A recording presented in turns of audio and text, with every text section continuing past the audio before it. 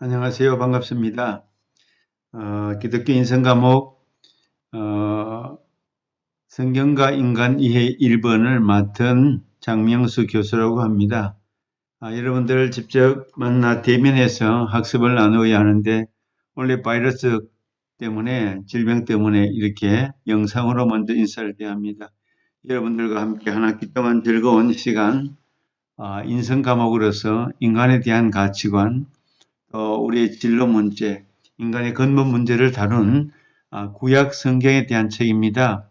바이블 로드 구약이라는 교재로 구약 성경 전반을 가지고 인간의 문제, 나의 문제, 삶의 문제, 생존의 문제에 대한 그런 공부가 되겠습니다.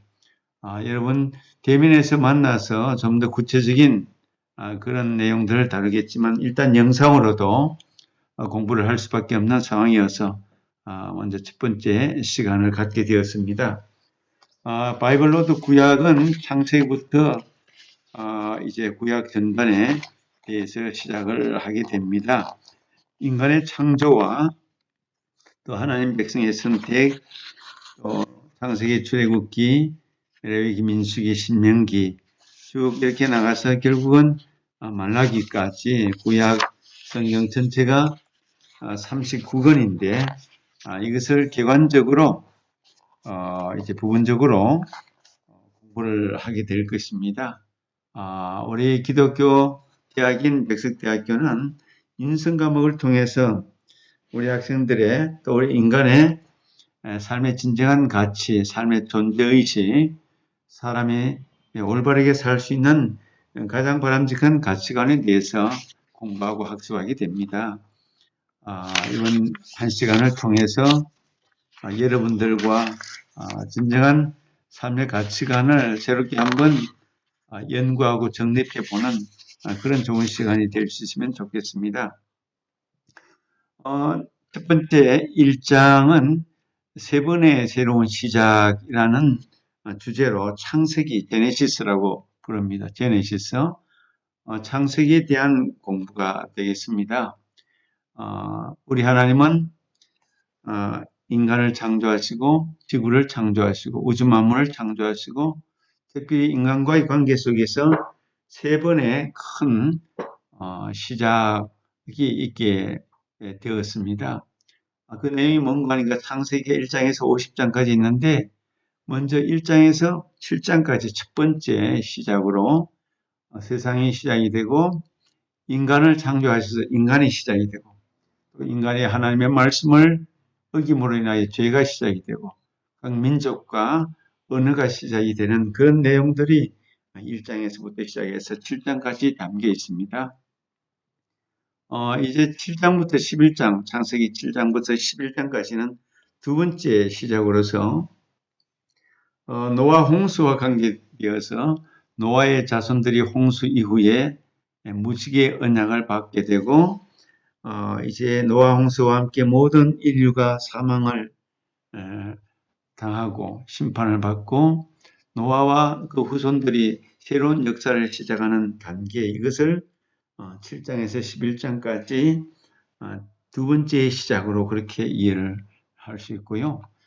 세 번째는 12장부터 50장까지 세 번째 시작인데 선택된 하나님의 사람들, 믿음의 조상들로 불리는 족장들의 이야기가 나옵니다. 아브라함, 그의 아들 이삭, 그의 아들 야곱, 야곱의 12아들, 그리고 12아들 가운데 아주 애굽에서 총리가 되었던 요셉의 이야기까지, 그래서 창세기 1장부터 50장까지 이런 세 가지의 출발점을 가지고 있다는 것을 먼저 서두에서 말씀을 드리면서 내용들을 살펴보도록 하겠습니다. 창세기의 구조를 간단히 보면 창조와 타락, 또 타락한 결과가 1장부터 3장까지 나옵니다. 인간의 첫 조상이 아담과 하와인데 첫 번째 아들이 가인이었습니다. 가인의 동생이 아벨인데 첫 번째 살인 사건이 일어납니다. 동생 아벨의 제사는 받아주시고 하나님께서 형 가인의 제사를 받지 않았기 때문에 그를 시기하고 미워해서 가인이 동생 아벨을 죽이는 첫 번째 살인 사건에서 노아 시대의 홍수 심판까지가 4장에서 8장까지 이렇게 이어지게 됩니다. 그 다음에 홍수 이후에 인류의 번성과 바벨탑, 바벨탑이 11장에 나오는데 홍수 이후에 인간은 하나님의 물심판, 홍수심판이 두렵고 무서웠기 때문에 흩어지지 않고 모여서 함께 우리끼리 인간끼리 잘 살아보자는 그런 마음으로 바벨탑을 짓게 되죠. 그러나 하나님은 그것을 용납지 않으시고 바벨탑을 무너뜨리게 되는 것을 우리가 성경을 통해서 보게 됩니다. 네 번째로 이제 창세기 11장 10절부터 25장까지 이어지는 아브람 족장 아브람의 이야기입니다. 아브람은 지금 이스라엘 백성들에게도 믿음의 조상이고 그들의 조상으로 역사적인 조상으로 그렇게 생각하고 있고 기독교인들도 아브람을 우리들의 영적인 믿음의 조상으로 그렇게 이해하고 있습니다. 다섯 번째로 아브람의 아들 이삭에 대한 내용이 창세기 21장부터 36장까지 기록이 되어 있고 여섯 번째로 야곱에 대한 이야기. 이삭의 아들이 둘입니다. 하나는 에스고 하나는 야곱인데 형 에스는 버림을 받고 동생 야곱이 하나님의 사랑과 축복을 받는 그런 인물로 등장하죠. 창세기 29장 19절부터 50장까지 야곱의 역사, 야곱의 개인 역사, 믿음의 이야기가 나옵니다. 그리고 마지막 일곱 번째로 요셉, 야곱의 12아들 가운데 11번째 아들인 요셉이 창세기 30장부터 50장까지 이어지는 것으로 이야기되죠. 이제 두 번째 그리스도에 대한 창세기에 나타난 그리스도를 우리가 볼 수 있는데 이것을 원시적인 복음이다. 창세기 3장 15절에 나타나는 말씀으로 내가 너로 여자와 원수가 되게 하고 내 후손도 여자의 후손과 원수가 되게 하리니 여자의 후손은 내 머리를 상하게 할 것이요 너는 그의 발꿈치를 상하게 할 것이니라. 이것이 창세기에 이미 예수 그리스도와 또 사탄이 서로 싸울 수밖에 없는 그런 관계라는 것을 밝히고 있습니다. 이것을 원시, 가장 앞선 복음의 내용이라고 원시 복음이다. 그렇게 우리가 표현을 합니다. 우리 고린도전서 15장 45절에도 첫사람 아담은 생명이 되었다 함과 같이 마지막 아담은 살려주는 영이 되었으니 마지막 아담이 곧 예수 그리스도를 의미합니다. 갈라디아서 4장 4절 말씀에는 때가 참에 하나님이 그 아들을 보내사 여자에게서 나게 하시고 그렇게 말씀하고 있습니다. 우리 인간의 첫 조상이 아담입니다. 아담은 하나님 앞에 말씀을 어기고 불순종했기 때문에 그는 실패자가 되었습니다. 그래서 만 인류를 구원하기 위해서 하나님께서 둘째 아담 그리스도는 곧 메시아 구세주라는 의미의 뜻을 가지고 있습니다. 예수님 그리스도를 보내셔서 순종의 삶을 살게 하시고 그를 통해서 인간을 구원하고 깨어진 우리 에덴 동산을 회복하는 것처럼 예수 그리스도 안에서 인간의 깨어진 모든 하나님의 형상을 닮은 인간의 모습을 회복하도록 우리 예수 그리스도를 이 땅에 보내셨다는 것입니다. 우리 고대 근동 지방의 지도입니다. 이 가나안이 여기 있습니다. 예루살렘과 가나안, 모압이 있고 암몬이 있고 에돔이 있습니다. 이 가나안, 예루살렘을 중심으로 하는 이 가나안을 중심으로 택한 백성, 하나님의 백성들이 삶의 근거지로 삼았던 것입니다. 끊임없이 그들을 괴롭혔던 주변 국가들, 다메섹, 아시리아, 아수르, 페르시아 만족에 속한 갈대아 우르 지방에 있습니다. 믿음의 조상 아브라함은 이 우르 지방에서 출발해서 하나님의 말씀에 명령에 순종해서 이 우르에서 출발해서 계속해서 이 가나안까지 와서 믿음의 조상이 된 것입니다. 예, 이렇게 유프라테스 강과 티그리스 강이 있습니다.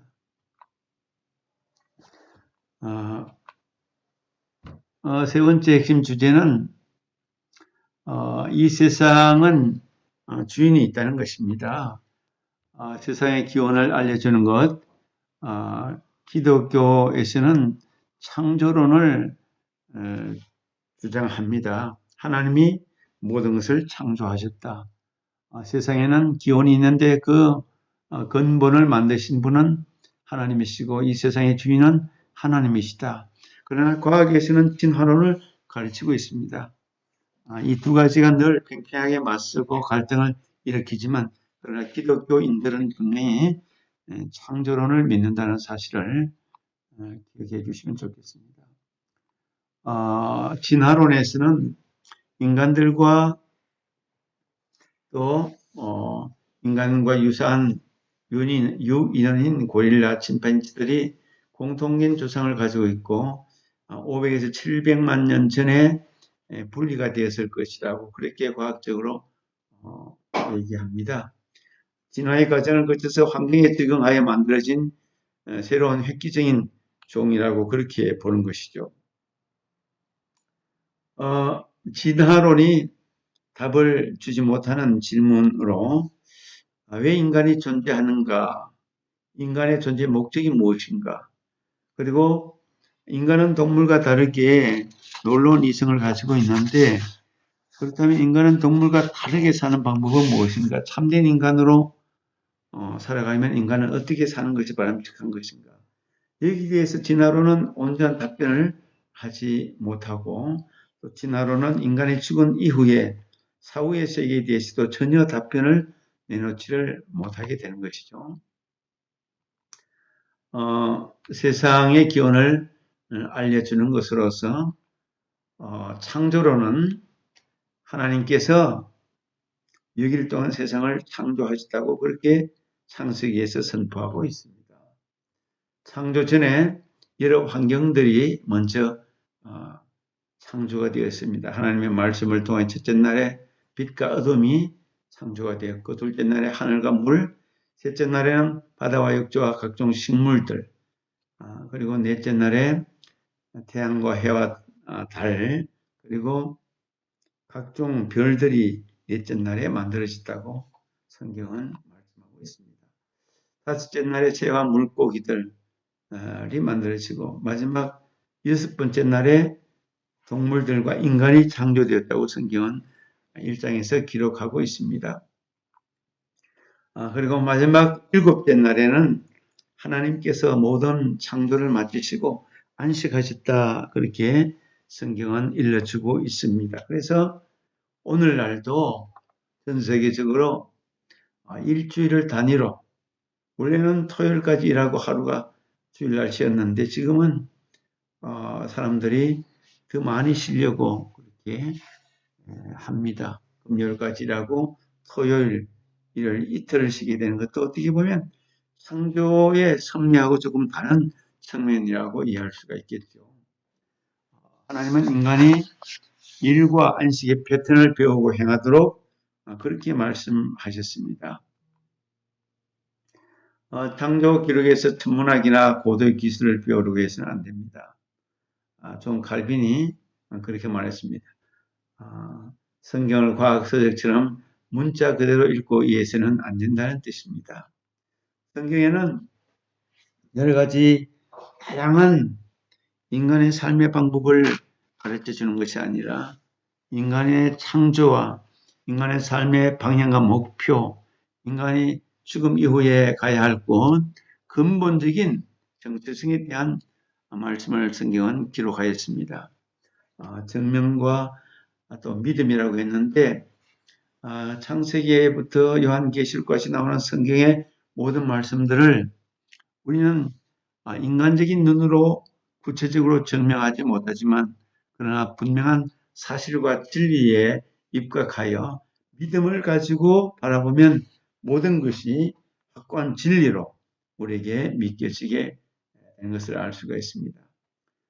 히브리서 11장 3절 말씀에 믿음으로 모든 세계가 하나님의 말씀으로 지어진 줄을 우리가 아나니 그렇게 말씀했는데 성경은 믿음이 없으면 믿음의 안경을 쓰지 않으면 성경 말씀 내용은 허구처럼 상상처럼 그렇게 보여질 수도 있습니다.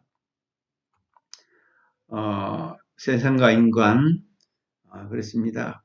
창조주는 하나님이시기 때문에 하나님께서 말씀하시되 이르시되 하나님이 말씀하시면 무엇이든지 이루어질 수 있음을 알 수가 있습니다. 두 번째로 죄에 대한 심판입니다. 인간의 죄로 인해서 하나님께서 만드신 이 창조 세계에 심각한 갈등이 분쟁이 양산이 되었습니다. 죄가 없으면 갈등도 분쟁도 원망도 불순종도 없었을 것입니다. 죄로 인해서 가는 곳곳마다 인간관계 속에서 늘 갈등이 일어나게 됩니다. 에덴 동산에서 바벨까지 죄는 눈덩이처럼 계속해서 점점 커집니다. 작은 죄는 또 작은 죄를 낳고 죄는 죄를 낳고 죄는 점점 더 커지게 되는 것이 죄의 원리라고 봅니다. 첫인간 부부의 반란, 그들은 사탄으로부터 자율적인 존재가 되려는 유혹을 받았고 또 죄에 굴복해서 마침내 에덴 동산에서 쫓겨나는 심판을 받게 된 것입니다. 하나님을 떠나 자율성을 추구하는 욕망은 인간의 죄의 결과를 낳고 결국 죽음으로 끝이 나게 되었습니다. 아담과 하와가 죄를 범하자마자 그들은 벌거벗은 몸에 대한 수치를 느끼게 되었고 그 순간 하나님과 관계가 끊어져서 두려움과 불안이 생겼습니다. 마음속에 죄는 불안과 두려움을 가져다 주는 것이죠. 가인의 후예들과 또 세상에 가득한 죄악, 가인은 동생을 죽였습니다. 살인자가 되었습니다. 첫 번째 살인자가 되었습니다. 그 이후에 인간의 세상에는 죄악으로 가득한 곳이 됩니다. 인간 마음에 생각하는 모든 계획이 악함을 하나님이 보시고 그래서 결국은 하나님은 홍수의 심판을 기획하시게 됩니다. 우리 아담으로부터 시작해서 그야말로 원조상들은 대단히 오래 살았습니다. 아담이 930세, 제일 오래 산 사람 무드셀라는 969세, 노아는 950세, 셈이 600세. 그 이후부터 이제 홍수 심판 이후부터 나이가 갑자기 대단히 확 줄어듭니다. 에벨이 464세, 벨렉이 239세, 그리고 아브라함 믿음의 조상 아브라함은 175세, 이삭은 180세, 야곱은 147세, 요셉은 110세. 이렇게 원조상이 끝나고 홍수 심판 이후부터 인간의 나이가 200대, 100대로 이렇게 떨어지는 것을 볼 수가 있는 것입니다. 그 다음 홍수 심판, 성경의 전체 주제는 구원, salvation, 구원인데 노아의 홍수 사건은 구원이라는 위대한 드라마의 첫 장면이라고 이해할 수가 있습니다. 노아 시대에 하나님의 말씀을 벗어난 인간들이 끊임없이 시집가고 장가가고 자기 탐욕에 젖어서 하나님의 말씀을 벗어나고 자기 정욕대로 살아간 그런 시대였습니다. 그러나 하나님의 구원받은 노아와 그 가족들, 세 아들과 자부들, 그래서 8식구가 하나님이 명령하신 대로 방주를 짓고 방주에 들어가서 각종 짐승들과 함께 생명을 보존하고 유지하게 되었습니다. 구원을 받게 된 결정적인 근거는 하나님의 은혜라고 볼 수 있습니다. 일반적으로 기독교에서 은혜라고 하면 하나님께서 값없이 공짜로 하나님의 그 크신 사랑의 손길로 값없이 주시는 큰 사랑을 은혜라고 표현합니다. 노아의 윤리적인 행위 앞에 노아를 향하신 하나님의 큰 은혜로 노아가 특별히 잘하기보다는 하나님의 놀라우신 사랑과 은혜로 노아와 그 가족들이 구원을 받게 되었습니다. 홍수 사건 이후에 하나님은 노아와 언약을 맺습니다. 여기서 말씀하는 언약은 인간이 말하는 계약하고는 많이 차이가 있습니다. 언약은 하나님이 주권자가 되셔서 하나님이 일방적으로 맺는 약속입니다. 계약은 사람과 사람 사이에 서로 합당해야만 계약을 맺습니다. 당신이 이것을 주면 나는 이것을 주겠다. 서로가 합당해야지 계약을 맺습니다. 그리고 인간은 쉽게 계약을 파기할 수도 있습니다. 자기 마음에 들지 않으면 계약을 맺었다가도 우리는 파기합니다. 그러나 하나님은 언약을 세우시면 하나님이 일방적으로 세우신 언약이기 때문에 그것은 파기되지도 않습니다. 인간은 그에 순종하면 하나님이 주신 언약의 축복을 다 누리게 되는 것이 언약의 특징이라고 보는 것이죠. 하늘의 달 바벨탑을 이렇게 건설을 합니다. 왜 건설했다고요? 하나님이 두렵고 무서워서. 홍수 사건을 겪은 인간이 또 하나님의 은혜로 많이 번식하고 사람의 숫자가 많아지면서 하나님께 대항하는 문화를 건설을 하는 것입니다. 우리가 높은 바벨탑을 쌓아서 다시는 홍수 심판 정말 무섭다, 두렵다. 다시는 그런 심판을 받지 말다. 우리끼리 하나님과 대항해서 잘 살아보자는 그런 마음으로 쌓은 탑이 바벨탑입니다. 하나님께서 바벨탑을 짓는 인간의 모습을 보면서 하나님의 천사를 내려보내셔서 하나님이 개입하십니다. 그 바벨탑을 끝까지 쌓지 못하도록 방해하십니다. 언어를 혼잡하게 해서 일을 하는 사람들이 서로 언어가 통하지 않으므로 언어를 갑자기 혼잡하게 만들어서 바벨탑이 건축되지 못하도록 중단시켜 버리는 것입니다. 인간은 지금도 과거도 하나님께 대항하는 문화를 만듭니다. 인간 중심의 문화, 타락하는 문화, 쾌락의 문화를 만들어서 하나님을 벗어나고자 하는 인간 중심의 사회 문화를 건설하고자 하는 것이 사람들의 마음속에 있는데 이것이 죄라는 것입니다. 그래서 이제 하나님께서 믿음의 조상 아브라함을 선택하시고 그에게 또 다른 언약, 약속을 주십니다. 창세기 12장 2절로 3절 말씀을 보면 내가 너로 큰 민족을 이루고 내게 복을 주어 내 이름을 창대하게 하리니 너는 복이 될지라. 너를 축복하는 자에게는 내가 복을 내리고 너를 저주하는 자에게는 내가 저주하리니 땅의 모든 민족이 너로 말미암아 복을 얻을 것이라 하신지라. 하나님께서 아브라함을 선택하시고 복을 주시겠다. 너를 복의 통로로 삼으시겠다. 그렇게 말씀하십니다. 아브라함과 그 후손이 하나님의 선택을 받은 이유가 무엇일까요? 하나님께서 그 선택한 믿음의 후손들을 통해서 온 나라 제사장 나라 하나님을 섬기고 하나님을 영화롭게 하고 하나님을 아버지로 모실 제사장의 나라 민족을 삼으시고 온 세상 이방의 빛으로 삼으시겠다는 하나님의 목적과 뜻이 있으신 것입니다. 그래서 하나님의 관심은 온 인류를 향하시고 온 인류가 말씀 안에 순종하고 하나님의 거룩한 백성들로 나오기를 바라고 계십니다.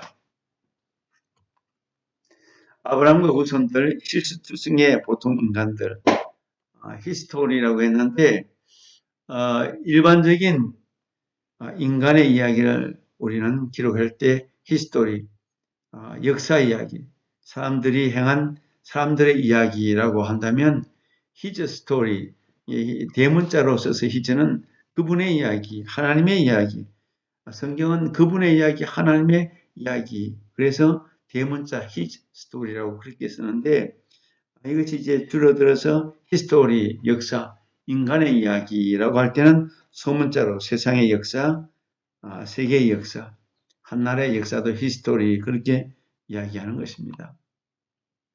하나님이 자신이 했던 약속을 결국 이루시는 이야기가 his story 그분의 이야기 그것이 아브라함 이야기, 이삭의 이야기, 야곱의 이야기, 요셉의 이야기, 이 모든 이야기, 성경에 나오는 예수님의 이야기, 사도들의 이야기, 복음의 이야기, 이런 것들은 히즈 스토리가 되는 것입니다. 그분의 이야기, 그분이 약속하신 이야기를 말씀합니다.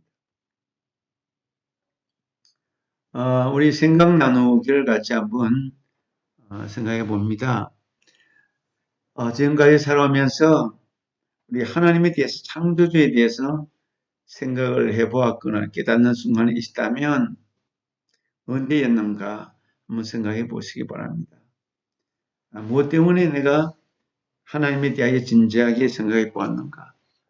무슨 사건이 있었는가? 무엇 때문인가? 내가 병원에 입원했을 때, 어떤 사고를 만났을 때, 어떤 심리적인 큰 절망감에 우울함과 불안과 답답함 속에서 하나님께 기도한 적이 있었는가? 생활 속에서 정말 종교는 필요한 것인가? 하나님이 살아계시는 것을 나는 믿을 수 있는 것인가? 진지하게 한번 생각해보는 시간이 되시기를 바랍니다.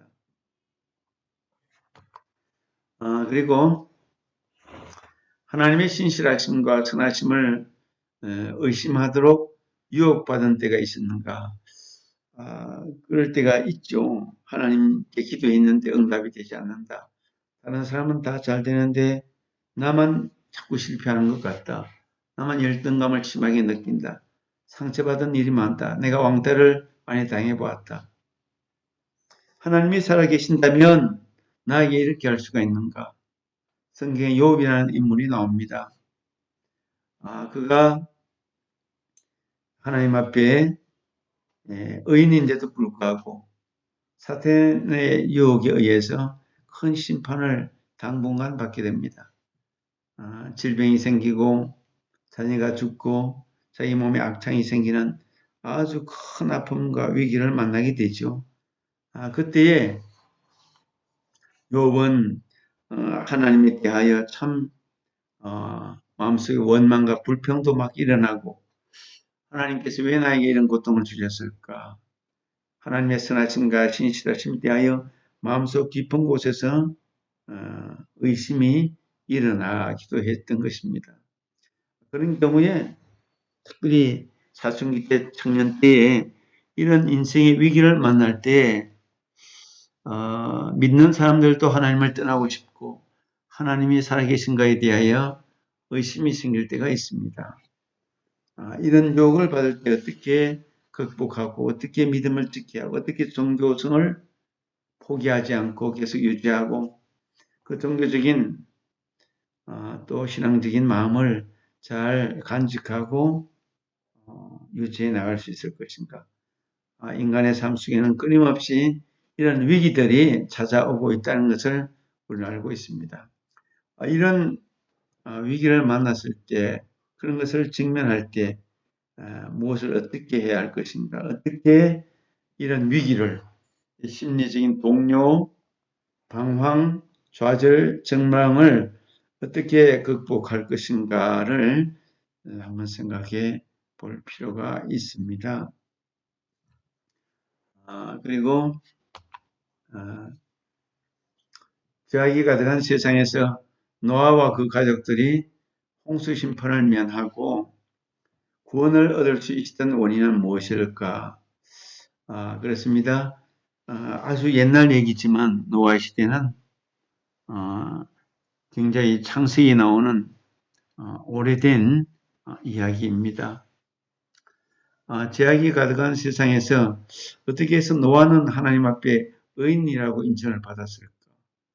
모든 사람들이 깊은 죄악 속에서 쾌락과 또 자기 만족에 빠져서 하나님을 멸시하고 하나님을 무시하고 자기 인생을 살아갈 때 하나님은 인간의 죄악을 견디다 못해서 결국은 홍수 심판으로 그들을 멸망시키게 되었습니다.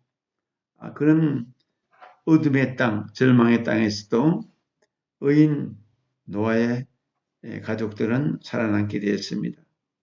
오늘날도 마찬가지라고 봅니다. 사람들은 잘 산다고 그렇게 생각할지 몰라도 과학이 발달하고 물질적으로 풍요롭고 삶이 부유해지면서 사람들이 편리 속에서 참 행복한 삶을 산다 이렇게 생각할지 모르지만 하나님 편에서 볼 때, 영적인 관점에서 볼 때, 성경의 관점에서 볼 때 오늘날은 대단히 부패하고 제약이 가득한 그런 세상이 아닐 수가 없습니다.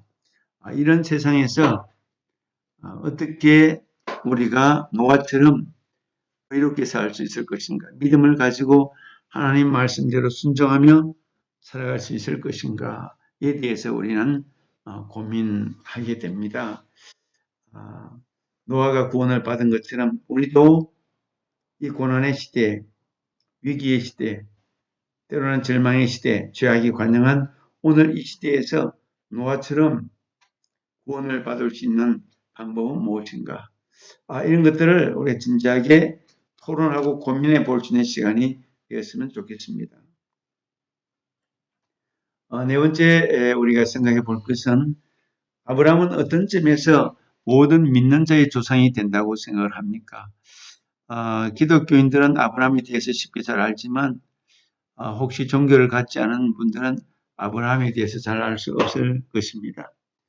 창세기 12장에 보면 아브라함에 대해서 쭉 이렇게 말씀이 기록되어 있습니다. 한번 읽어보시고 성경에 대해서 한번 읽어보시고 아브라함에 대해서 좀 이해를 가지고 아브라함이 어떤 면에서 오늘날 이스라엘 백성들에게도 믿음의 조상으로 존경을 받고 기독교인들도 아브라함은 우리들의 영적인 조상, 믿음의 조상으로 그렇게 인정을 하고 있습니다. 아브라함이 어떤 면에서 그렇게 믿음이 좋았는가? 하나님이 인정하실 만큼, 하나님께서 그에게 복을 주실 만큼 큰 믿음의 사람이 될 수 있었던가에 대해서 한번 고민하고 토론해 볼 수 있으면 좋겠습니다.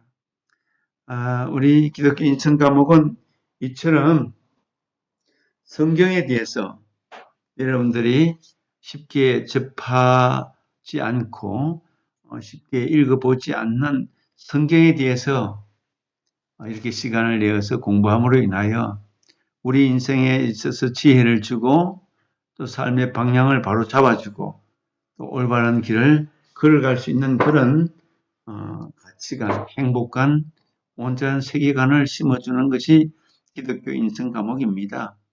공부하기에 좀 귀찮기도 하고 힘들기도 하고 낯설기도 하고 어려울 수도 있을 것입니다. 그럼에도 불구하고 우리 백석대학교는 이렇게 기독교 인생 과목을 통하여 인생의 기초를 든든히 세우는 그런 과정을 갖고 있습니다. 세계 어느 대학 못지않게 좋은 가치관을 세워서 우리 학생들 모두의 장래, 특별히 20대에 좋은 세계관, 좋은 가치관, 좋은 정체성 그런 것을 준비해서 인생의 토대를 든든히 세워가는데 아주 유익하고 도움이 되는 그런 교육 과정이라고 생각할 수가 있습니다. 오늘 첫 번째 시간으로 구약 성경, 바이블 로드 구약이라는 책 제목입니다. 성경과 인간의 일이라는 주제를 가지고 한 학기를 함께 하게 되었습니다. 오늘 첫 시간 함께 나누었습니다.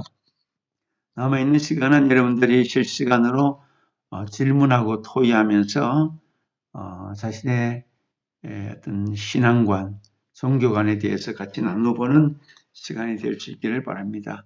대단히 감사합니다.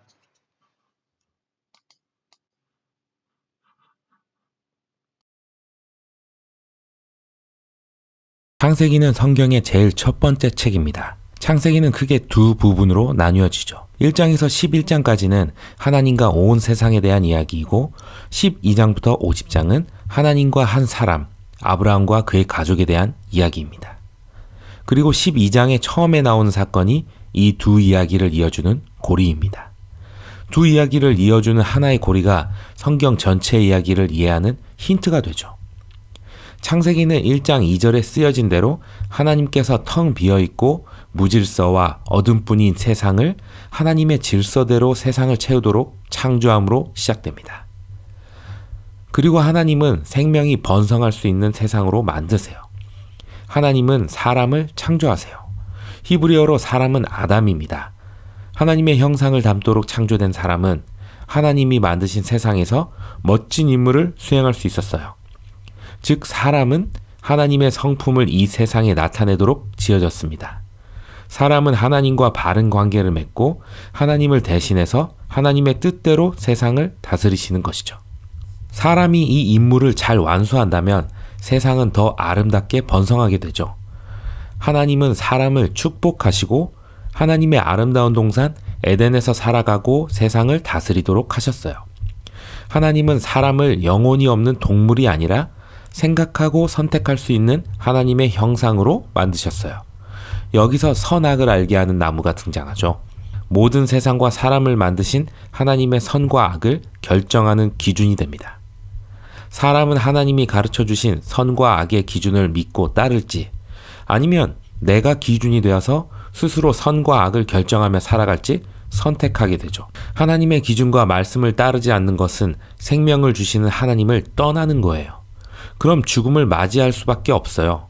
이것이 생명나무가 가르쳐 주는 거예요. 3장에는 미스테리한 피조물, 뱀이 등장해요. 뱀은 하나님의 피조물이라는 것 말고는 다른 설명이 없어요. 뱀은 사람을 꿰어 하나님을 반역하게 하고 사람을 죽음으로 이끌고 있어요.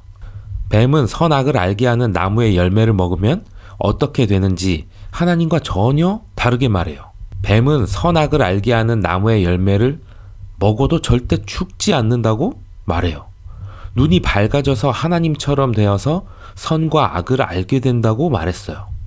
하나님의 형상과 모습을 닮아 하나님의 창조하신 세상을 다스리도록 창조된 사람이 도대체 왜 뱀의 유혹에 넘어갔을까요? 사람이 더 이상 하나님을 믿지 않고 자기 스스로 선과 악을 결정하게 되었어도 세상은 뱀의 말처럼 아무 문제가 없었을까요? 그때부터 세상은 죄와 죽음으로 망가지기 시작해요. 그 첫 번째로 사람과의 문제가 생깁니다. 남자와 여자는 열매를 먹은 순간 자기가 얼마나 약한지를 알게 되고 서로를 받아들이지 못해요. 그래서 옷을 만들어서 자기의 약함을 감추려고 합니다. 가장 큰 문제는 하나님과 인간 사이의 사랑이 깨져버렸습니다. 하나님이 오시면 반가워하던 사람이 이제 하나님을 피해 숨었습니다. 하나님이 그들을 부르실 때 아담과 하와는 누가 먼저 하나님을 배신했는지 서로를 탓하기 시작했어요. 여기서 이야기는 잠깐 멈추고 하나님이 뱀과 인간에게 그들의 행동에 따른 끔찍한 결과를 짧은 시로 말씀하세요. 하나님이 먼저 뱀에게 말씀하세요. 지금은 내가 이긴 것 같으나 너는 살아있는 동안 흙을 먹으며 결국은 패배하게 될 것이라 고 말씀하세요. 하나님은 언젠가 여자의 후손 중에 한 사람이 뱀의 머리를 깨뜨려 승리할 것이라고 약속하세요. 이것은 굉장한 약속이에요. 그러나 이 최후의 승리를 얻으려면 아주 무거운 대가를 치러야만 해요. 왜냐하면 뱀은 머리가 깨지기 전에 여자의 후손의 발꿈치를 다치게 할 것이기 때문입니다.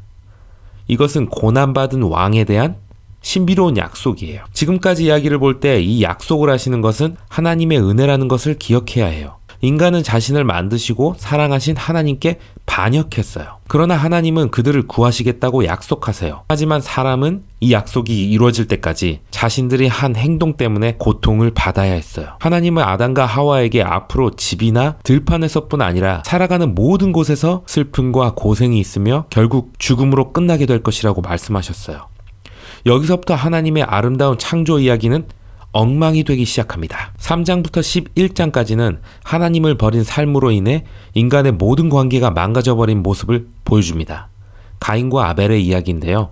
가인은 그의 동생인 아벨을 질투하여 그를 죽이기로 결심해요. 하나님은 그 죄에게 지지 말고 죄를 다스리라고 경고하셨지만 가인은 들에 있을 때 아벨을 죽입니다. 그리고 가인은 여호와 앞을 떠나 미움과 폭력이 다스리는 도시를 만듭니다. 이것은 가인의 후손 라멕의 이야기에서 잘 나타나는데요. 그는 한 명 이상의 아내를 둔 첫 번째 남자로 성경에 기록됩니다. 그는 아내를 사랑하는 것이 아니라 마치 물건처럼 여깁니다. 라멕은 한 소년을 죽이고 나서 자기가 가인보다 더 잔인하다고 자랑하는 노래를 부릅니다. 그리고 하나님이 가인과 아벨을 대신해서 주신 셋의 아들들에 대한 이야기가 나옵니다. 이들은 하나님을 예배하는 사람들이었지만 가인의 자식들과 결혼하게 되면서 가인의 자식들처럼 되어버려요. 라멕처럼 자기들이 좋아하는 모든 여자를 아내로 삼고 강한 용사이지만 너무나 폭력적인 네피림을 낳습니다. 인간은 하나님이 만드신 세상을 폭력과 죄악이 가득한 세상으로 만들어버렸어요. 하나님은 그런 세상을 보시고 슬퍼하시고 마음 아파하십니다. 인류는 하나님의 아름다운 세상을 망가뜨리고 서로를 다치게 했어요. 하나님은 세상을 구원하시기 위해 홍수로 인간의 죄를 심판하세요. 그러나 하나님은 하나님을 믿고 사랑한 노아와 그의 가족을 홍수에서 보호하십니다. 하나님은 노아를 새로운 아담으로 부르시고 아담에게 하셨던 것처럼 생육하고 번성하여 땅에 충만하라고 축복하세요. 이제 다시 세상에 새로운 희망이 생긴 것 같아요. 그런데 노아 역시 에덴 동산의 아담과 하와처럼 실패합니다. 노아는 포도나무를 심었는데 그 열매로 만든 술을 마시고 취했습니다. 노아의 아들 함은 장막 안에 벌거벗은 아버지를 부끄럽게 합니다. 우리의 새로운 아담은 벌거벗었고 부끄러웠습니다. 마치 에덴에서처럼 말이죠. 그리고 다시 이야기는 엉망이 되어버립니다. 노아의 자손들은 시날이라는 땅에 바벨탑을 쌓고 도시를 세웁니다. 사람들이 드디어 벽돌을 만드는 새로운 기술을 가지게 되었거든요. 그들은 성과 탑을 어느 누구보다 더 크고 더 높고 더 빠르게 지을 수 있었어요. 그들은 그 탑을 하늘에 닿을 만큼 높이 쌓아서 자기들의 이름을 높이겠다고 자랑합니다. 인간이 다시 하나님을 버리고 자기들의 힘으로 살겠다고 외치고 있어요. 그래서 하나님은 인간의 교만함을 낮추시고 그들을 온 땅에 흩어버리세요. 지금까지 다양한 사람들의 이야기가 펼쳐졌어요. 그러나 모두 똑같은 내용을 담고 있었어요. 하나님은 하나님이 만드신 세상에서 인간이 멋지고 위대한 삶을 살게 하시지만 인간은 계속 그것을 거부하고 자신과 세상을 망가뜨린다는 것이에요. 이 이야기들은 우리가 좋은 세상에 살고 있지만 우리가 그 세상을 나쁘게 바꾸고 있다는 것을 보여줍니다. 우리가 하나님을 버리고 스스로가 왕이 되어서 내 마음대로 살아갈 때 우리는 세상을 깨어진 관계, 미움, 폭력, 그리고 죽음으로 채우게 되는 거예요. 그러나 우리에게는 희망이 있습니다. 하나님은 언젠가 여자의 후손이 그 고난받으신 왕이 모든 죄와 죽음을 이길 것이라고 약속하셨어요. 인간은 너무나 나빴지만 하나님은 세상을 축복하시고 구원하시기로 결정하셨어요. 그럼 이런 질문이 생길 거예요. 하나님은 도대체 무엇을 하시려는 걸까? 그 질문에 대한 대답은 다음 이야기에서 들려줄 거예요. 여기까지가 창세기 1장에서 11장까지의 내용이에요. 우리는 지난 시간에 창세기 1장에서 11장까지 일어난 일들을 들었어요. 하나님은 세상을 창조하시고 하나님의 형상을 따라 창조하신 사람에게 세상을 다스리라 하셨어요. 그러나 사람은 자기를 만드신 하나님을 반역하고 세상은 미움과 죽음으로 가득해져요. 그 반역은 바벨탑을 쌓게 되고 사람은 흩어지게 되었어요. 이런 질문을 할 수 있어요. 하나님은 어떻게 세상을 구원하실까요? 바벨탑 사건으로 사람들이 흩어진 후 창세기는 한 가족의 족보를 소개해요. 그 족보는 한 사람, 아브람, 나중에 아브라함으로 알려진 사람에게로 이어져요. 그리고 12장에서 하나님은 아브라함에게 놀라운 약속을 하세요. 하나님은 아브라함에게 그의 집을 떠나 가본 적 없지만 언젠가 그의 것이 될 가나안 땅으로 가라고 명령하셨어요. 그리고 그곳에서 하나님은 약속을 하십니다. 내가 너로 큰 민족을 이루고 내게 복을 주어 내 이름을 위대하게 할 것이다. 이 약속은 앞에서 읽은 1장에서 11장까지의 내용이 연결이 됩니다. 바벨에서 사람들은 자기들의 이름을 높이기 위해 열심히 노력했어요. 물론 잘 되지 않았지요. 그러나 하나님은 조금도 유명하지 않은 아브라함의 이름을 위대한 이름이 되게 하시겠다고 약속하셨어요. 하나님이 아브라함에게 하신 약속은 에덴 동산에서 첫 번째로 하신 축복을 떠올리게 해요. 왜 하나님은 아브라함과 그 가족을 축복하시는 걸까요? 그 답은 땅의 모든 족속이 너로 말미암아 복을 얻을 것이다 고 하신 말씀에 있어요. 이제 이것이 성경의 모든 스토리를 알게 해주는 힌트예요. 하나님은 하나님을 떠나 망가져버린 세상을 아브라함의 가족을 통해 축복하시고 구원하시겠다는 계획을 하셨어요. 그래서 성경은 아브라함의 가족에게 집중하고 있어요. 바로 이스라엘 민족에게 말이에요. 하나님은 나중에 이스라엘을 시내산에서 제사장 나라로 부르시게 돼요. 하나님은 이스라엘 민족을 통해서 하나님을 알지 못하게 된 모든 다른 나라들에게 하나님이 누구신지를 알게 하실 거예요. 이 약속은 이스라엘의 메시아, 우리 왕이 오셔서 세상을 정의와 평화로 다스리실 때 이루어질 거라고 선지자들은 예언하고 있어요. 우리는 이제 성경을 읽어가면서 하나님의 약속이 어떻게 이루어져 가는지 살펴볼 거예요. 창세기의 뒷부분은 아브라함과 그의 가족에 대해 말하고 있어요. 먼저 아브라함, 그리고 아들 이삭, 그의 아들 야곱, 그리고 야곱의 12아들이 나와요. 이 아브라함의 가족들은 멋지고 완벽한 사람들이었을까요? 아브라함과 아브라함의 자손들은 계속 실패를 반복해요. 그들은 계속해서 나쁜 결정들을 하여 삶을 망치고 하나님의 약속이 이루어지기 어려운 상황으로 몰고 갔어요. 그러나 하나님은 그들에게 변함없이 사랑으로 대하셨어요. 하나님은 그들의 실패에도 불구하고 그 가족들을 축복하시고 하나님의 약속을 계속 확산시켜 주시며 그들을 구하셨어요. 하나님은 아브라함에게 너의 자손이 큰 민족을 이룰 것이라고 약속하세요. 하지만 아브라함은 이 약속을 깨뜨릴 뻔한 잘못을 하게 돼요. 아브라함은 아름다운 아내 사라를 다른 사람이 빼앗기 위해 자기를 죽일까봐 걱정해요. 그래서 사라가 자기 아내가 아니라고 거짓말을 하죠. 나중에 이삭을 낳을 사라를 말이에요. 이것만이 아니에요. 아브라함과 사라는 아이가 생기지 않자 사라의 여정을 통해 아이를 낳으려고 합니다. 이 행동도 아브라함의 가족들에게 많은 문제를 가져옵니다. 그러나 그럴 때마다 하나님께서는 아브라함을 지켜주시고 또다시 약속하셔서 아브라함이 하나님의 약속을 믿을 수 있게 인도해 주셨어요. 깜깜한 밤에 하나님은 아브라함에게 하늘의 별을 세어보라고 하셨어요. 그리곤 너의 가족이 하늘의 별처럼 셀 수 없이 많아질 것이라고 약속하셨어요. 아브라함은 지금 아이가 없고 나이가 많았지만 밤하늘의 별을 바라보며 하나님의 약속이 이루어질 거라고 믿었어요.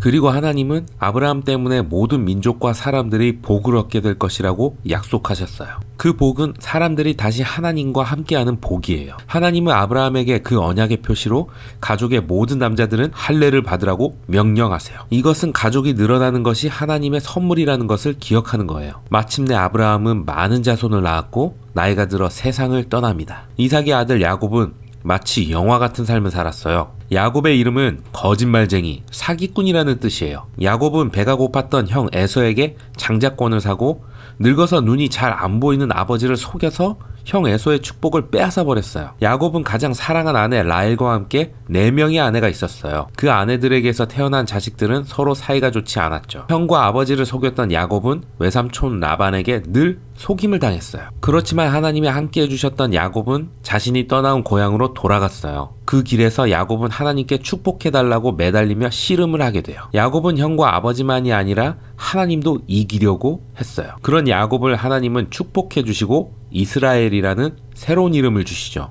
베델로 돌아온 이스라엘은 하나님을 이기려고 했던 사람에서 하나님을 예배하는 사람으로 변화돼요. 이제 이스라엘의 12아들의 이야기가 펼쳐집니다. 이스라엘은 11번째 아들인 요셉을 다른 아들보다 사랑했고 아름다운 채색 옷을 지어 입혔어요. 형들은 요셉을 미워했고 그를 납치해서 죽이려고까지 했어요. 결국 형들은 요셉을 이집트의 노예로 팔아버리죠. 그곳에서 요셉은 결국 감옥에 갇히게 돼요. 그러나 하나님은 요셉과 함께 하셨고 감옥에서 풀려날 수 있도록 모든 상황을 준비하셨어요. 바로 왕은 요셉을 이집트에서 2번째로 높은 자리에 앉힙니다. 요셉은 극심한 가뭄 가운데 이집트를 구하고 마침내 그의 형제와 가족들을 굶주림에서 구해냈어요. 우리는 다시 한번 신실하신 하나님이 아브라함 가족의 죄와 어리석음을 어떻게 바꾸시는지를 볼 수 있어요. 하나님은 형들의 악함을 바꾸어서 요셉을 통해 많은 생명을 구하게 하셨어요. 창세기 50장에서 요셉은 이렇게 말해요. 형님들은 나를 해치려 했지만 하나님께서는 형님들의 악을 선으로 바꾸셨습니다. 그래서 오히려 많은 사람들의 생명을 구할 수 있었습니다. 요셉의 말이 창세기의 마지막에 있는 것은 다 이유가 있어요. 왜냐하면 이 말은 창세기의 전체 핵심이기 때문이에요. 창세기 3장부터 사람은 계속해서 하나님을 배신하고 악을 저질렀어요. 하나님이 만드신 모든 세상과 관계들을 망쳐버렸어요. 사람은 계속해서 악하고 실패했지만 신실하신 하나님은 사람을 축복하시고 구원하시기로 계획하셨어요. 우리는 성경을 통해 여자의 후손에 대한 신비로운 약속이 어떻게 이루어지는지 볼 수 있어요. 창세기 3장을 기억하고 있나요? 하나님은 이 고난받으신 왕이 오셔서 뱀을 밟으시고 악을 이길 것이라고 약속하셨어요. 성경은 그 약속이 아브라함의 가족들에게 이어지고 있다고 말씀해요. 아브라함의 가족을 통해 하나님의 복과 생명은 온 세상으로 퍼지게 돼요. 하나님의 약속은 이제 야곱의 넷째 아들인 유다에게 이어져요. 49장은 굉장히 중요한 시예요. 야곱이 나이가 들어 죽기 전에 자기의 12아들을 축복해요. 야곱은 유다 자손이 이스라엘을 다스리게 되고 유다 자손 중에서 진정한 왕이 나와서 모든 나라가 순종하고 모든 세상이 하나님의 나라가 되는 날이 올 것이라고 축복했어요. 그리고 야곱이 죽고 후에 요셉도 죽게 돼요. 이스라엘의 가족들은 여전히 이집트에 살고 있었지만 창세기는 약속의 땅으로 돌아가게 될 미래를 꿈꾸며 마치게 됩니다. 그 약속이 정말 이루어질까요? 다음 책에서 같이 확인해 보아요.